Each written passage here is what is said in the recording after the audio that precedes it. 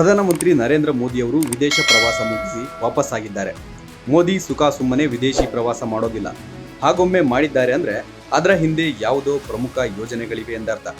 ಹಾಗೆಯೇ ಮೋದಿಯ ಫ್ರಾನ್ಸ್ ಹಾಗೂ ಅಮೆರಿಕ ಪ್ರವಾಸದಿಂದ ಭಾರತದ ಶಕ್ತಿ ಹೆಚ್ಚಾಗುವಂತಾಗಿದೆ. ಮೋದಿ ಅಮೆರಿಕದಲ್ಲಿ ಅಧ್ಯಕ್ಷ ಡೊನಾಲ್ಡ್ ಟ್ರಂಪ್ ಹಾಗೂ ಶ್ರೀಮಂತ ಉದ್ಯಮಿ ಮಸ್ಕ್ರನ್ನ ಭೇಟಿಯಾಗಿ ಚರ್ಚೆ ನಡೆಸಿದ್ದು ಹಲವು ಒಪ್ಪಂದಗಳಿಗೆ ಸಹಿ ಹಾಕಿದ್ದಾರೆ. ಮೋದಿ ಹಾಗೂ ಟ್ರಂಪ್ ಭೇಟಿ ಭಾರತ ಹಾಗೂ ಅಮೆರಿಕ ನಡುವಿನ ಸಂಬಂಧವನ್ನು ಮತ್ತಷ್ಟು ಬಲಗೊಳಿಸಿದೆ. ಮುಂಬೈ ದಾಳಿಯ ಉಗ್ರ ಭಾರತಕ್ಕೆ ವಾಪಸ್. ತಹವೂರ್ ರಾಣಾ ಹಸ್ತಾಂತರಕ್ಕೆ ಗ್ರೀನ್ ಸಿಗ್ನಲ್. 2008ರಲ್ಲಿ ಮುಂಬೈನಲ್ಲಿ ನಡೆದಿದ್ದ ಭಯೋತ್ಪಾದಕ ದಾಳಿಯಲ್ಲಿ ಪ್ರಮುಖ ಪಾತ್ರ ವಹಿಸಿದ್ದ ಆರೋಪಿ ತಹವೂರ್ ರಾಣಾರನ್ನ ಭಾರತಕ್ಕೆ ಹಸ್ತಾಂತರಿಸಲು ಅಮೆರಿಕ ಗ್ರೀನ್ ಸಿಗ್ನಲ್ ಕೊಟ್ಟಿದೆ. ಈ ಬಗ್ಗೆ ಮಾತನಾಡಿರುವ ಟ್ರಂಪ್, ತಹವೂರ್ ರಾಣಾನನ್ನ ಭಾರತಕ್ಕೆ ಹಸ್ತಾಂತರಿಸುವುದರಿಂದ ಸಂತೋಷವಾಗ್ತಿದೆ. ಈ ಆರೋಪಿ ಭಾರತದಲ್ಲಿ ಕಾನೂನು ಪ್ರಕಾರ ವಿಚಾರಣೆ ಎದುರಿಸಲಿ ಅಂತ ಹೇಳಿದ್ದಾರೆ. ಸದ್ಯ ರಾಣಾ ಲಾಸ್ ಏಂಜಲೀಸ್ನ ಮೆಟ್ರೋಪಾಲಿಟನ್ ಜೈಲಿನಲ್ಲಿದ್ದಾನೆ. ಭಾರತದ ಬಲವರ್ಧನೆಗೆ F-35 ಯುದ್ಧ ವಿಮಾನ.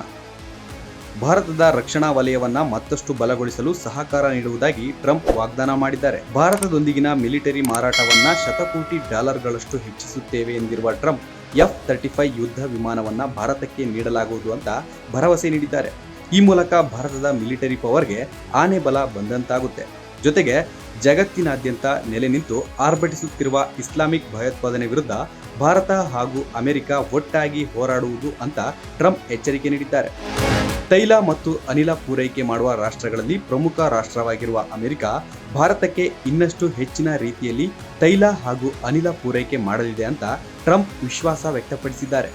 ಈ ಮೂಲಕ ಭಾರತದ ಜೊತೆ ಇಂಧನ ವಲಯದಲ್ಲಿ ಸಾಕಷ್ಟು ಒಪ್ಪಂದಗಳನ್ನು ಮಾಡಿಕೊಂಡಿದ್ದೇವೆ ಅಂತ ಟ್ರಂಪ್ ವ್ಯಾಖ್ಯಾನಿಸಿದ್ದಾರೆ. ಇದರ ಜೊತೆಗೆ ಟೆಸ್ಲಾ ಸಿಇಒ ಎಲಾನ್ ಮಸ್ಕ್ರನ್ನ ಮೋದಿ ಭೇಟಿಯಾಗಿದ್ದು ಅವರ ಭೇಟಿ ಭಾರತದಲ್ಲಿನ ತಾಂತ್ರಿಕ ಮೂಲಸೌಕರ್ಯಗಳನ್ನು ಹೆಚ್ಚಿಸಲು ಸಹಕಾರಿಯಾಗಿದೆ. ಜೊತೆಗೆ ಭಾರತದಲ್ಲಿ ಟೆಸ್ಲಾ ಕಾರ್ಖಾನೆಯನ್ನ ಸ್ಥಾಪಿಸಲಾಗುವುದು ಎಂದು ಹೇಳಲಾಗ್ತಿದೆ.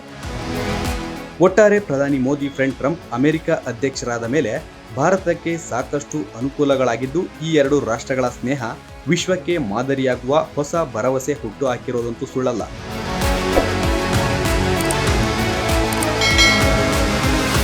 Bureau report, boss TV Kannada. Latest ಹಾಗೂ ಇಂಟ್ರೆಸ್ಟಿಂಗ್ ಸುದ್ದಿಗಳಿಗಾಗಿ ಬಾಸ್ ಟಿವಿ ಕನ್ನಡ ಚಾನೆಲ್ನ ಸಬ್ಸ್ಕ್ರೈಬ್ ಮಾಡಿ. ಹಾಗೆಯೇ ಬೆಲ್ ಐಕಾನ್ ಪ್ರೆಸ್ ಮಾಡಿ. ಇದರ ಜೊತೆಗೆ ಫೇಸ್ಬುಕ್, ಇನ್ಸ್ಟಾಗ್ರಾಮ್, ಎಕ್ಸ್ನಲ್ಲೂ ಮಿಸ್ ಮಾಡದೆ ಫಾಲೋ ಮಾಡಿ.